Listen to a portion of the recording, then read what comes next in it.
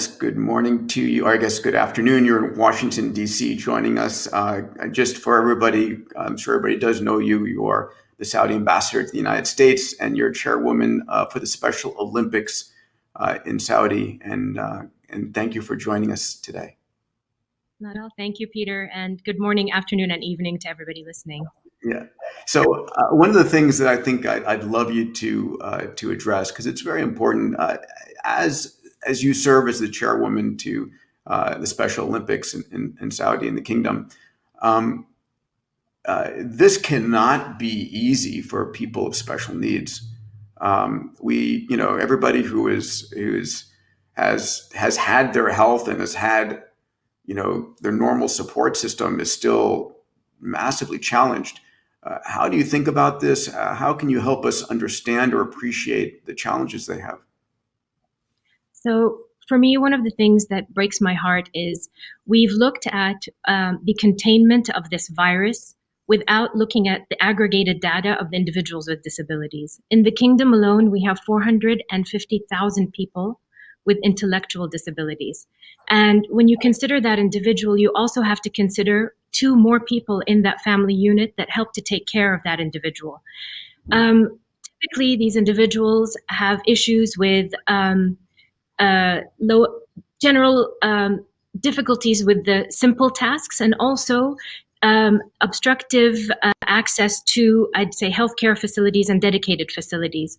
In the world, there's 550 million people with disabilities, and they have a full age range from youth to the elderly.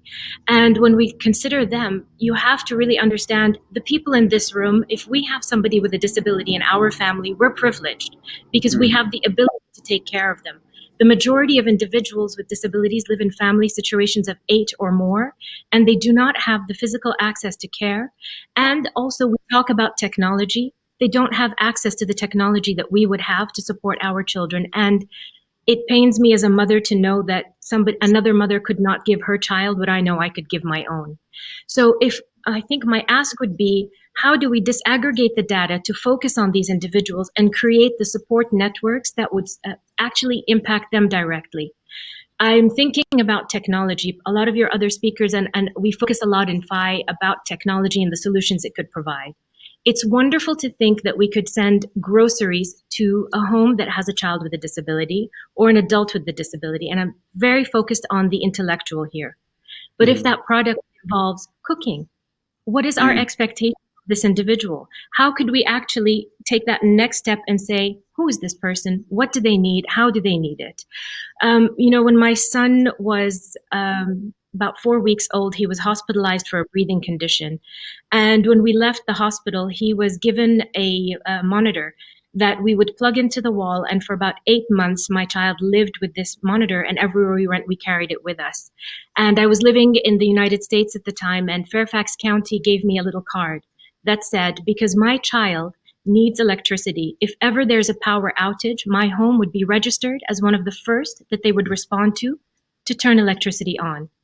That's the only thing that let me sleep well at night, to know that, God forbid, power's out, my child will always be able to breathe, and I will be alerted if he's not. What could we do to provide that same kind of care and comfort to the mother of the child with cerebral palsy, with Down syndrome, with autism? Equally, we talk about technology and education. It's absolutely wonderful to think about the children at home and the mothers taking care of them and teaching them. And I'm sure a lot of mothers are frustrated pulling their hair out trying to do algorithms and mathematical and scientific experiments. But now think of the autistic child. Think of the child maybe overstimulated by technology. Think of the child that's not sitting down and being able to focus on what is being given to them through these technological engagements that we all have. Have we thought about them? Have we delivered processes for them? Have we delivered programs? Have we thought of the care that the mother or the father or the brother or sister of that child might need? Equally, the delivery of medication for these children, the delivery of food for these children, their access to their therapy and their training. The mother of a child with cerebral palsy might not be capable to do the physiotherapy that that child needs. Have we thought of these things? And I'm afraid I don't think we have. I don't. The conversation is not happening in the circles or the articles I'm reading about.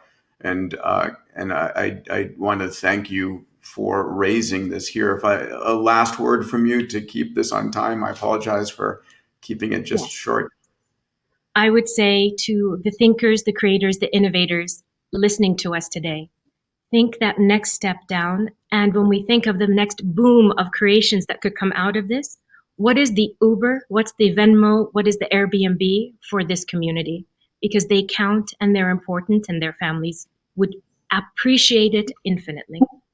Yes. And so a call out to the entrepreneurs out there. When you see a challenge, create a solution that uplifts everybody.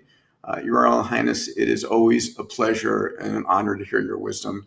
Thank you. Have a beautiful afternoon. Thank you for joining.